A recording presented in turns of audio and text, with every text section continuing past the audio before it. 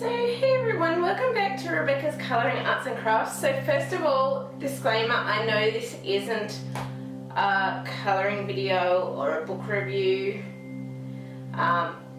It was just something that was important for me to, I guess, share, so that when I'm saying that I'm having ankle issues or something, it does show you that I'm not lying, but also because I wanted to share this, because over my time away at Sydney with the Writers' Festival, I have come to a lot greater understanding how people who live with wheelchairs and these types of disabilities, I guess, manage and have to manage, and how difficult things can be. Before this, I was basically, as you can see, I was basically with, whoops, everything's falling everywhere. I was basically only on, these are over here, I was basically only on my crutches, and with, obviously, as I've got here, bandages and my custom AFO.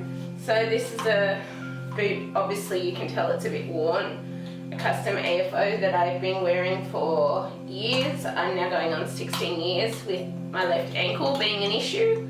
I'm hoping my latest upcoming appointment with the foot and ankle doctor will finally reveal some answers, because currently I don't have any answers what's going on. And as you all know, recently I mentioned that I damaged my right ankle.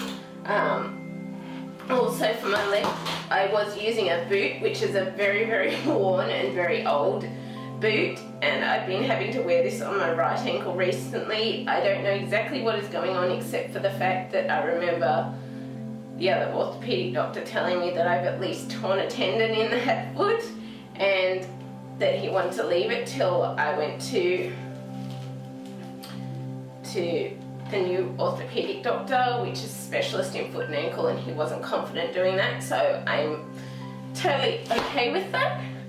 So as you all know, recently I've mentioned about how I've really been struggling to do things and get around the house due to my ankle issues.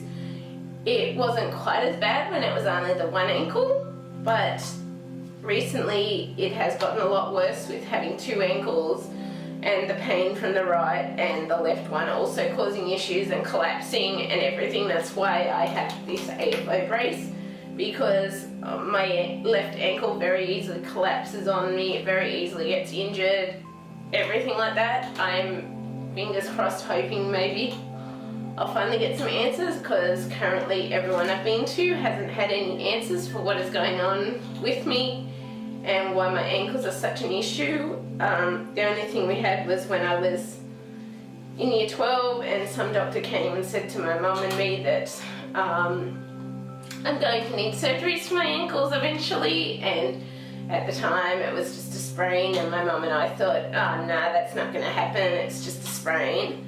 And now I'm having a lot of issues with my ankles, so I'm hoping maybe I'll get some answers. But as you all know, recently, due to this, I've been having a lot of trouble getting around short distances, which is why I'm using the crutches currently for short distances, but I can't always go long distances, hence why I now have the wheelchair. First of all, I'll go through some things I've learnt. This is a manual fold-up wheelchair. If you are going to be in it long periods like I was with Sydney, I would recommend at least having, I've got what's called a gel cushion cover, so it can be attached, but mine currently isn't, it's just loose.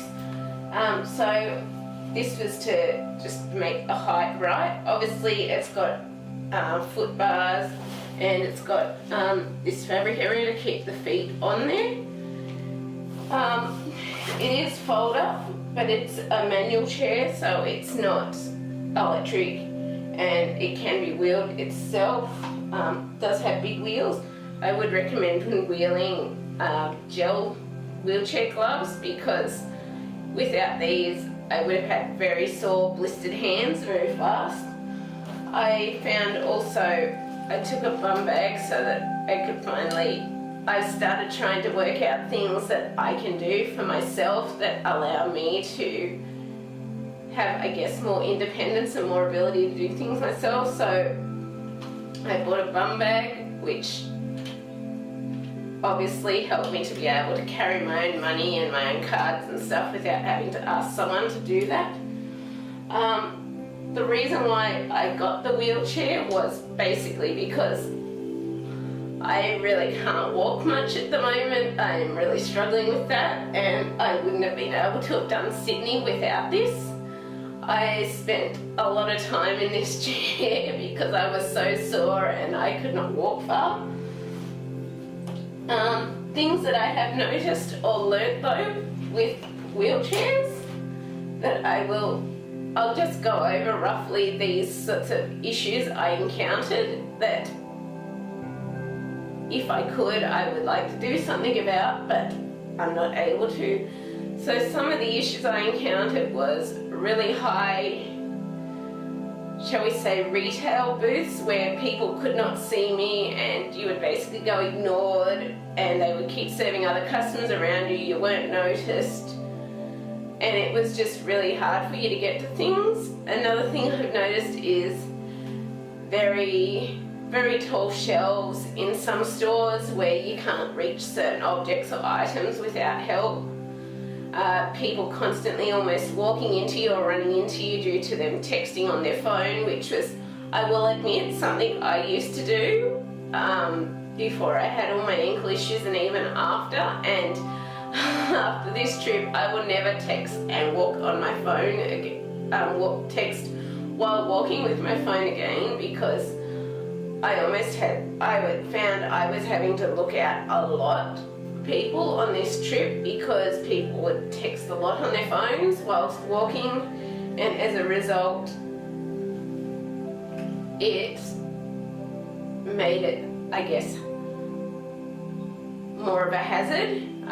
There was also the people who just wouldn't see you because you're down low, and they would practically walk into you and then give you a dirty look.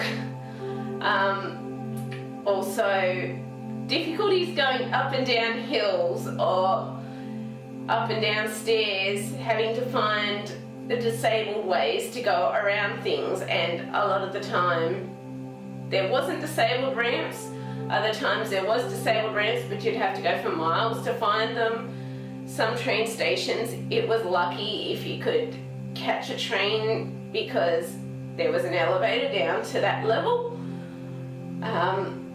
I found a lot with buses. Maximum on a bus here is 2 wheelchairs per bus.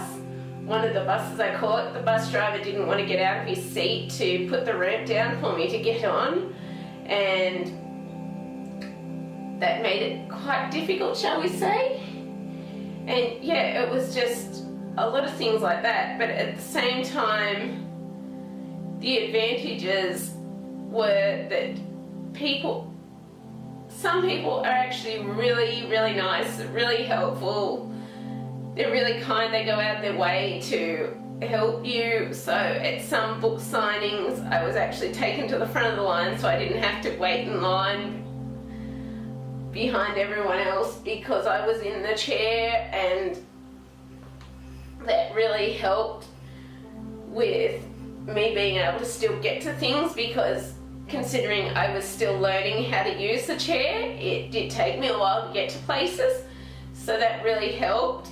People making spaces for you in events at the front so you can see, so that you can actually get in and out with your chair, or helping you to get to your seat if you had to use the crutches to get to your seat. I also found an advantage because, as I said, I can't walk far distances at all at the moment, and so it really helped.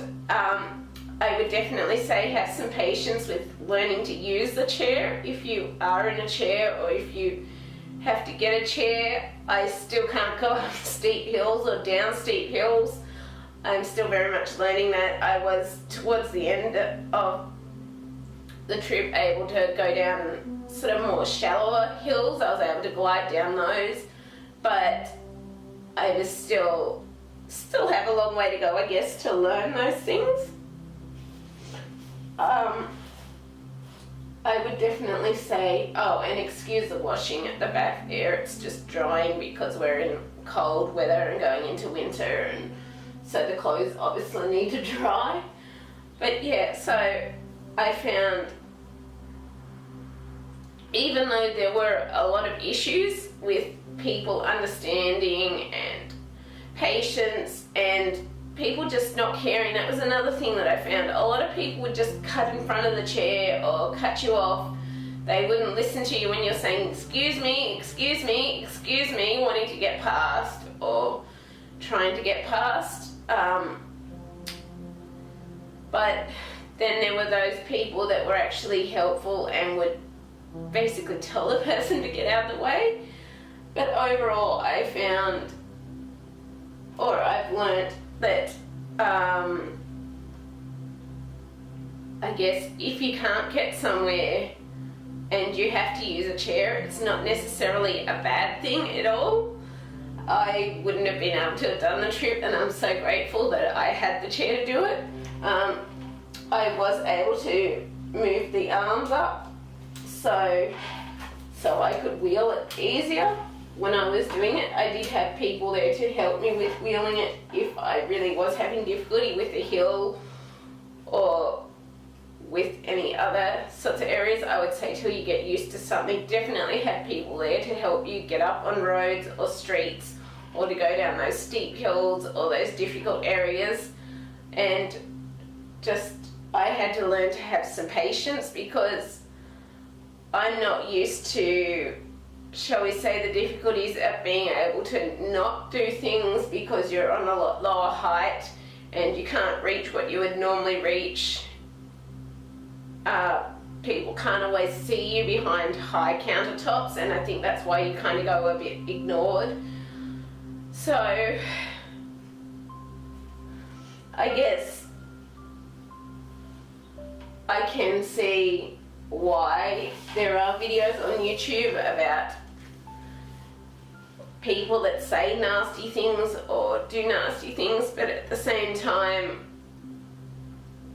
I realise now that I have a lot more respect for those people who are in a chair or who have a lot of difficulties with walking or health issues that stop them from doing what they're able to do. I really didn't know what those people went through before I did have to use a chair myself. Obviously I use crutches around the house, but yeah, I really did and am grateful that I have the chair for as needed. On trains, it was nice because you're able to request a ramp to get up on the train station. My friend actually tried getting onto the train without a ramp and he misjudged the feet, and the feet were stuck between the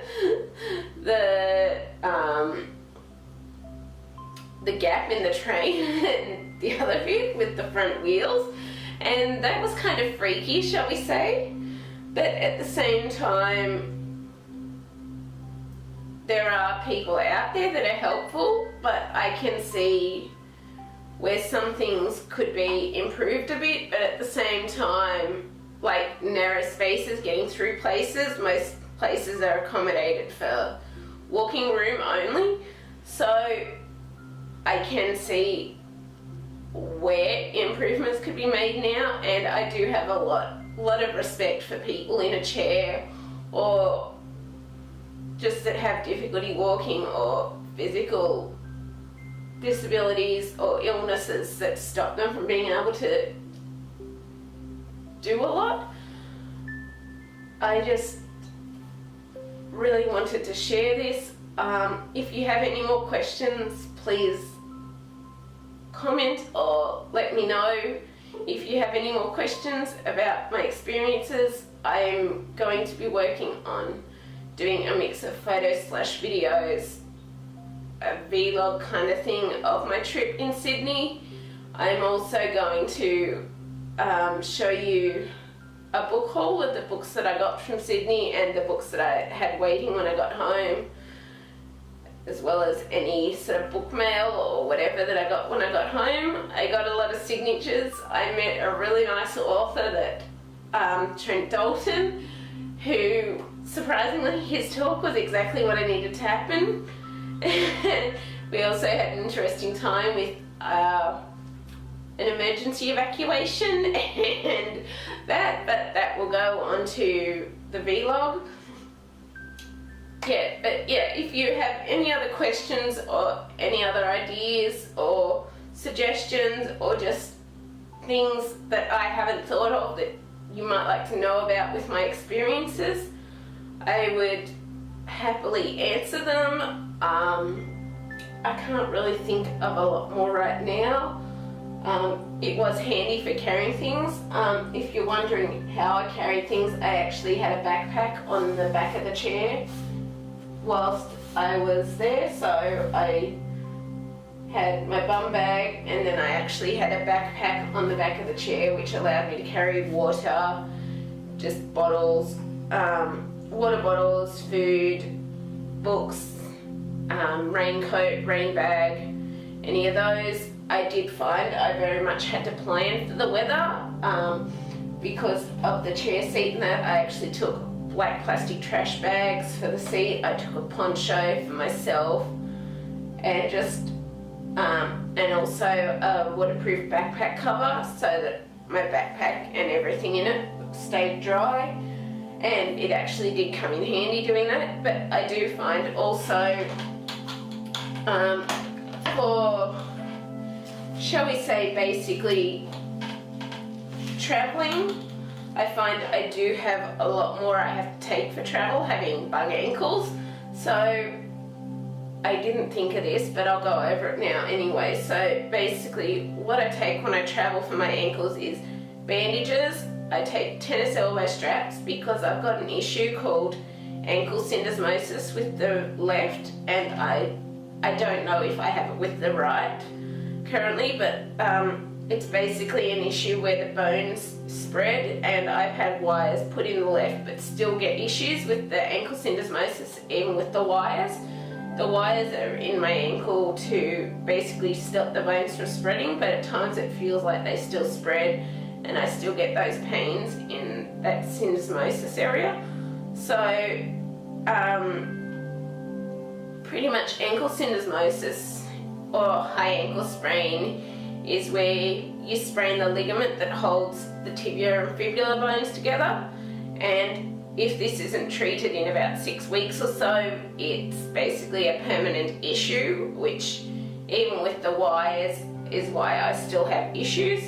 I also have issues with lower lateral ligaments in the left ankle, and these are constantly being torn or stretched or damaged or anything. It doesn't take much. It could just be walking too much for a week or going over ever so slightly. I do have a lot of issues.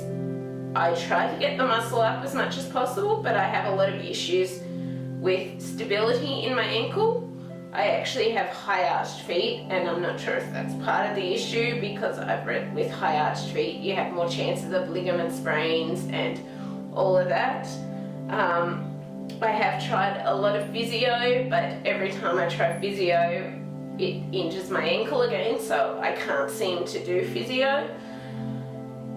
So yeah, and then with the right ankle I sort of sunk in the mud while doing photography, and all I know currently is that I've done some damage to the ligaments and I've at least torn the tendon. That's going on 10 weeks now, and whilst I'm not in excruciating pain every single second of the day, I'm still in pain a lot of the day. I can't take painkillers because they just don't work that well for me anymore, and I've got a lot of allergies to painkillers. So pretty much I'm just dealing with it with bandaging, strapping, anything I need to do to try and keep that. Currently I'm in the boot, weight bearing is tolerated till I can actually find out what needs to be done from the foot and ankle specialist doctor that I'm seeing next Thursday. And yeah, so things that I carry in my case, I'm not sure everything I went over just then, but I'll start again. So I go with bandages, tennis elbow straps. I use those to basically pull the bones back in snug where it feels comfortable, and it seems to help things to heal, so it just works for me. I also take compression stockings, which I also use at times if my ankle's significantly swollen and it's not too painful to get it on. I've got a copper, I think it's kind of like a compression thing that I also use on my ankle. Obviously my brace, my boot, obviously a runner for on the brace side of things, and yeah, I can't think of much more at the minute, but yeah, I think that's about most of it. But then there's also like the devices, so like crutches, wheelchair, cushion for the wheelchair. I also have to take memory foam cushions for under my ankles and feet because I can't sleep flat in the bed because I just get too much pain and issues from sleeping flat in the bed, so I have to have some sort of cushions underneath my feet and ankles. And yeah, so there is a lot of packing that comes with that.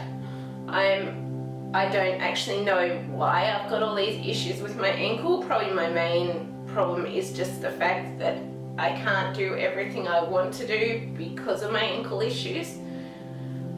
But yeah, so if you do have any more questions, please feel free to ask me. I just wanted to post this just to show that I am not faking this, I am not kidding. I know people haven't said that, but I felt like I wanted to put out a video just to show the types of things that I am living with. I am slowly learning to deal with them better and not let it get to me so much, because I have been very down in the dumps over it. That is something that does come into play a lot, is my emotional capabilities and emotional feelings with how I'm going and how much pain I'm in and how much I can do and achieve, and so I'm trying to learn to balance those things. I am finding it is very much a juggling balance. It was easier when it was just the left ankle, but now that it's the right as well, it's like I have to kind of, I guess, learn things all over again a bit. But yeah, I really hope you find this useful. As I said before, if you have any questions or anything you want to ask, please feel free to ask me. I'm happy to answer as I can. I'm still in the process of learning things and learning how to use things, and the chair I'm still very much learning, but at the same time I wouldn't be able to do some things without it. And yeah, so I really hope this helps. I also wanted to put this video out there for others who may be going through difficulties with feet and ankles, or just being able to walk or do things a lot, because I really do understand more now what you are going through. But yeah, I really hope this helps. I know it's not colouring or art related, but it was just something I wanted to put out there.